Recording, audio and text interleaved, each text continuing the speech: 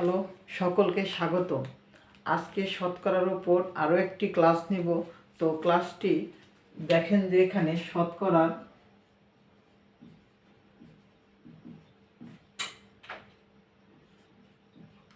লাভ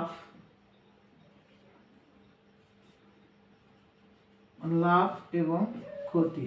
তো এখানে আমরা লাভ এবং ক্ষতি বলতে কি বুঝি, আর লাভ কখন হয়, ক্ষতি কখন হয়? যখন আমরা একটা দ্রব্য কিনবো, কেনার পর যদি আমরা বিক্রয় মূল্যের চাইতে বিক্রয় মূল্যটা বেশি হয়, তখন দ্রব্যটি আমাদের লাভ হবে, অর্থাৎ বিক্রয় করলে কি হবে, লাভ হবে। আর যদি একটি দ্রব্য ক্রয় মূল্য মানে একটা দামে কিনি, কেনার পর যদি ক্রয় মূল্যের চাইতে কম দামে বিক্রয় করি, তবে সেটা কি হবে, ক্ষতি হবে।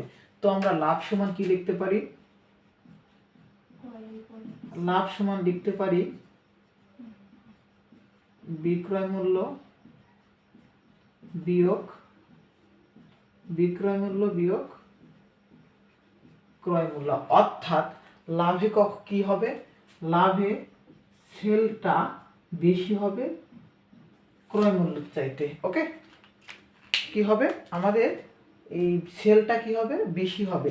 আমাদের লাভের সময় যদি ক্রয় মূল্যের চাইতে বিক্রয় মূল্য কম হয়, তবে আমাদের কি হবে বলতো? এখানে বললাম যে যদি ক্রয় মূল্যের চাইতে বিক্রয় মূল্যটা বেশি হয় তবে লাভ হবে, আর যদি ক্রয় মূল্যের চাইতে বিক্রয় মূল্যটা কম হয় তখন কি হবে, ক্ষতি হবে। তাহলে এখানে আমরা ক্ষতি সমান কি লিখতে পারি? ক্ষতি সমান ক্রয় মূল্য বিয়োগ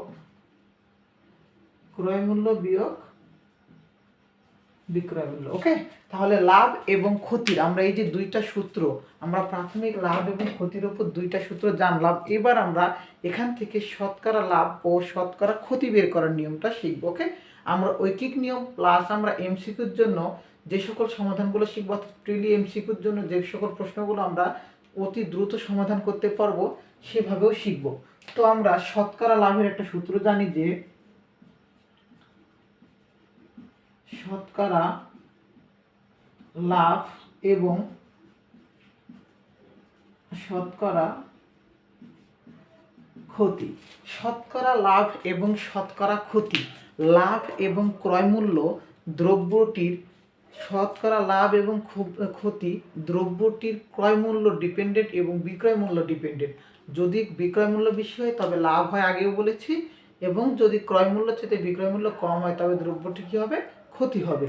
অর্থাৎ লাভের এখানে ভালো করে দুটাতে মনে রাখবেন যে নিচে ক্রয় মূল্য হবে, অর্থাৎ হরে কি হবে, ক্রয় মূল্য। হরে কি বললাম, ক্রয় মূল্য। যেহেতু শতকরা বলেছে সেহেতু 100%, শতকরা বলেছে সেহেতু 100%। ওকে, তো উপরে কি হবে, যদি লাভ বলে উপরে লবে দিবেন লাভ, যদি ক্ষতি বলে লবে দিবেন ক্ষতি। ওকে, তাহলে শতকরা লাভের সূত্র কি হবে, শতকরা লাভ সমান লাভ, যেটা লাভ বের করব আমরা, লাভ বলতে বিক্রয় মূল্য বিয়োগ ক্রয় মূল্য ভাগ হচ্ছে হরে দিব ক্রয় মূল্য গুণিত 100%। কারণ শতকরা বলার জন্য আমরা এখানে 100% দিব।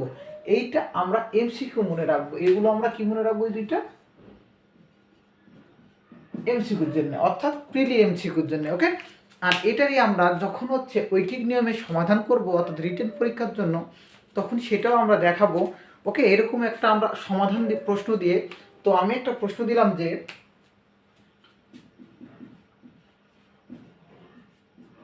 একটি কলম, মনে করি যে এই যে আমি যে কলমটা দিয়ে লিখতেছি এই মার্কারটা আমি 56 টাকায় কিনলাম। কি বললাম, এই মার্কারটা আমি 56 টাকায় ক্রয় করলাম। ওকে, একটি কলম বা মার্কার 56 টাকায় ক্রয় করে 50 টাকায় বিক্রয় করলে, কি বললাম, একটি কলম 56 টাকায় ক্রয় করে 50 টাকায় বিক্রয় করলে এখানে কত টাকা লাভ বা ক্ষতি হবে?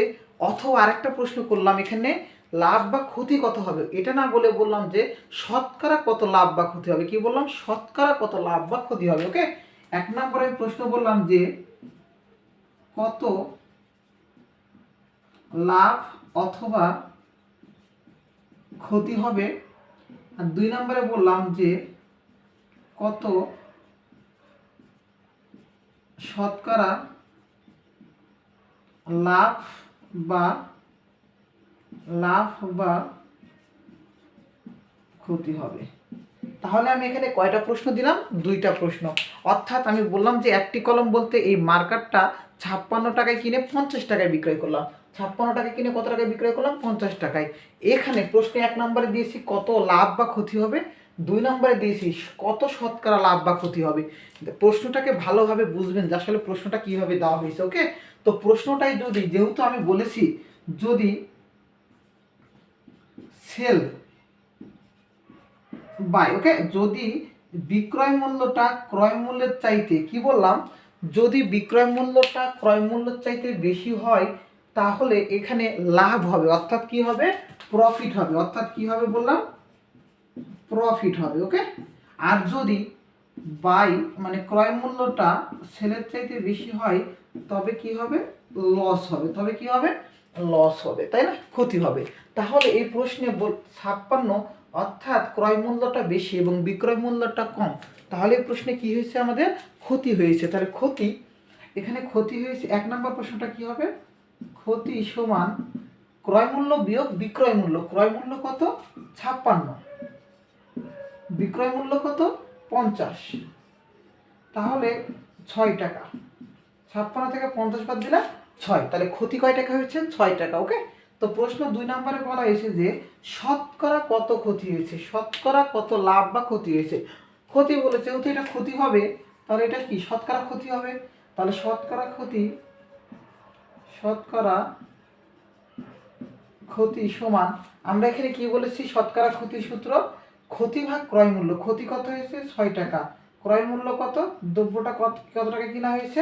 56 টাকায়। কত টাকায় কিনা হয়েছে? 56 টাকায়। ওকে, গুণিত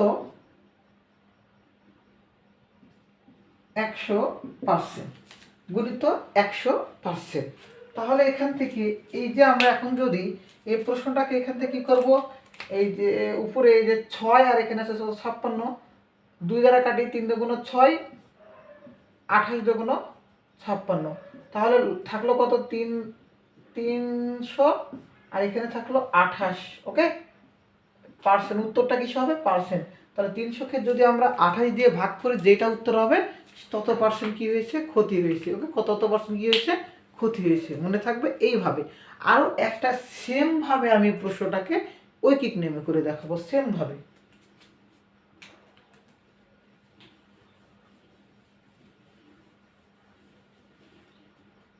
তো যেইটা বের করতে বলবে সেটাকে আমরা কি করবো? ডানে রাখবো। তাহলে এখানে বলেছে যে লাভ হবে না ক্ষতি হবে? ক্ষতি হবে। তাহলে ক্ষতিকে কি করবো? ডানে রাখবো। তাহলে এখানে কি লিখবো? ক্রয় মূল্য কত টাকা? 56 টাকা। ক্রয় মূল্য 56 টাকা হলে ক্ষতি হয় কয় টাকা? 6 টাকা। ওকে, তাহলে ক্রয় মূল্য 1 টাকা হলে ক্ষতি হয় 6 ভাগ 56 টাকা। ক্রয় মূল্য এখানে বলেছে কিসে বলেছে? এখানে শতকরায় করতে। শতকরায় বলেছে, সেহেতু আমি কি করব? 100 দ্বারা কি করব?